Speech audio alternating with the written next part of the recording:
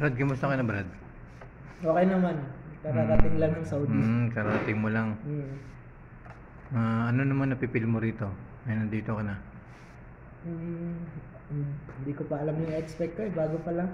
Mm. First time ko dito, Saudi. Pero anong trabaho mo sa Pinas dati? Ano ako? Chemical engineer, nag-install ako ng STP. Mga katulad ng katulad ng Mga pang-treat ng tubig, yung maduduming tubig, nililinis namin. katulad Pinapadaan sa sewage treatment plant. Tapos, pag-dispose nun, pwede nang ihalo sa ilog, sa dagat. Pwede nang diretso inumin parang yung dumadali sa dagat, pwede niyong gawing inumin yun, parang ganun, no? Hindi, yung sa galing sa Poso Negro, pwede inumin. Hello po. Poso Negro, paano mo ginagawa yung Poso Negro? Para maging malinis. Galing Poso Negro, kunwari, kasi yun yung start ng collection. Tapos, papadaanin siya sa wastewater treatment plant.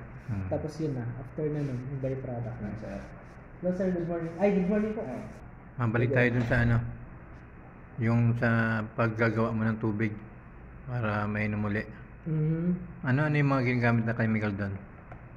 Actually, chlorine lang sa disinfection. Chlorine? Pwede na yung chlorine? Ang karaniwan na ginagamit lang talaga doon, bacteria tsaka hangin. Bacteria. Yung karaniwang ginagawa namin, biological, bacteria lang ginagamit namin. Bacterial, anong ibig sabihin? Ano yung bacterial? Ba parang ano yun? Iba't ibang klase ng bacteria na beneficial siya sa decomposition ng mga nasa wastewater. Yung bacterial Yung bacteria yung kumakain ng kung ano-anong nasa tubig. Yung bacterial pwede pala yung maging maging sangkap din sa paggawa ng tubig ulit sa malinis na tubig. Tapos kinakain ng bacteria yung mga nasa maduming tubig. Parang mahalaga din pala yung bacteria, no? Napaka-importante nila doon sa wastewater. Kasi yung yung bacteria, 'di ba, na sa isip natin. Kadiri, di ba? Pero para sa iyo okay lang 'yun. Kaya depende kasi sa bacteria, yung mga iba't ibang klase kasi ng bacteria yung ginagamit doon. Anong masasabi mo sa mga parang nandidiri sa bacteria? Wala naman. Normal lang 'yun kasi syempre tayo tayo ng mga bata tayo, pag madumi, hugas kamay, mga ganun. Gugas ng kamay, dapat lagi tayo malinis. Tama lang 'yun. Anong masasabi mo sa mga gustong magpagawa? Sa mga hindi naman mga gustong magpagawa.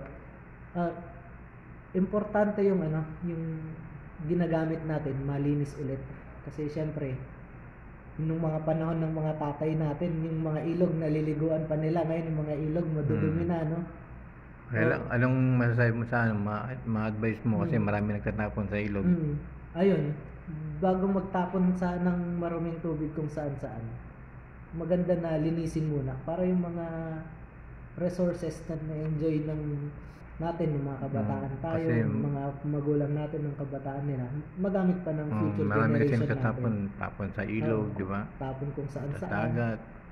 Basura, maduming tubig, kung ano tinatapon sa... Kaya yung kanal, maapaw, di ba? Magkakaroon ng baha. Ayun. Magandang linisin muna bago itapon. So, baka gusto mong sa mga gustong magpaano? Sa mga gustong magpa-design installation. Ano ka ba dati? Ano bang trabaho mo dati? Dati,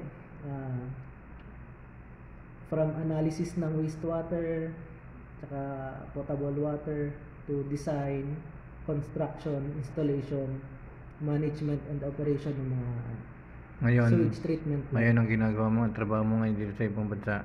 Ngayon, first day ko pa lang mamaya so most probably baka supervision tsaka operation lang. Ayan, yung mga guys, sa mga gusto pong magpaano ito yung ginagawa po niya kasi sa mga lababo, yung mga tubig na ginagamit natin nakakala natin na marumi, ay pwede pa natin itong gawing malinis. Yan, yun yung sinasabi niya, pwede pa natin inumin na malinis. Diba? Kaya huwag po tayong matatakot sa mga bakterya. Kasi malaki pala yung natutulong ng mga bakterya sa mga tubig. Diba? Kaya sa mga gusto mong magpagawa, yung mga nandito sa Riyadh, Saudi Arabia, o saan man, yan.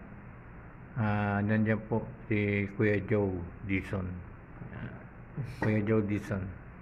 Follow nyo lang po siya, yung kanyang Facebook. Para umangat pa yung kanyang mga followers. Diba? Meron po siyang 781 followers. Kaya follow nyo siya guys, Joey Dizon. Thank you so much po sa inyo. Bye ka na. Bye.